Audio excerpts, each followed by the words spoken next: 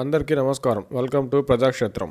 దశాబ్దాల తరబడి దేశంలోని కిడ్నీ సంబంధిత వ్యాధులతో బాధపడుతున్న వారు అత్యధికంగా ఉండే ప్రాంతం శ్రీకాకుళం జిల్లా ఉద్దానం అని తెలిసిందే. మరీ ముఖ్యంగా తాగునీటి మూలంగా వస్తున్న కిడ్నీ సంబంధిత వ్యాధులతో సతమతమవుతున్న ఉద్దానం ప్రాంతం దశాబ్దాల తరబడి ఎన్ని ప్రభుత్వాలు మారినా శాశ్వత పరిష్కారం దిశగా అడుగులు పడలేదు. గతంలో చంద్రబాబు గారు ముఖ్యమంత్రిగా ఉన్నప్పుడు పవన్ కళ్యాణ్ గారు ఉద్దానం కిడ్నీ బాధితుల పక్షాన ప్రభుత్వంపై ఒత్తిడి తేవడం, అప్పటి ప్రభుత్వం కొన్ని చర్యలు తీసుకోవడం తెలిసిందే. అయితే జగన్మోహన్ రెడ్డి గారు ముఖ్యమంత్రి అయిన తర్వాత ఉద్దానం తాగునీరు సమస్యకు సుజలధార ప్రాజెక్టు, కిడ్నీ బాధితుల వైద్యం కొరకు super speciality hospital, research centre ఏర్పాటు చేయడం ప్రారంభించడంతో శాశ్వత పరిష్కారం లభించినట్టయింది.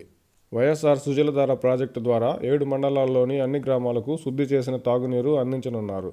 కిడ్నీ బాధితుల చికిత్స, డయాలసిస్, ఇతర డిపార్ట్మెంట్స్తో కూడిన సూపర్ స్పెషాలిటీ హాస్పిటల్, కిడ్నీ వ్యాధులపై రీసెర్చ్ సెంటర్ కూడా ప్రారంభించడంతో జగన్మోహన్ రెడ్డి గారు ఉద్దానం సాగునీటి సమస్యను తీర్చడంతో పాటు కిడ్నీ సంబంధిత రోగులకు మెరుగైన చికిత్స అందించడానికి, భవిష్యత్తులో కిడ్నీ వ్యాధులు రాకుండా ఉండడానికి చర్యలు తీసుకోవడం అభినందించదగ్గ విషయం.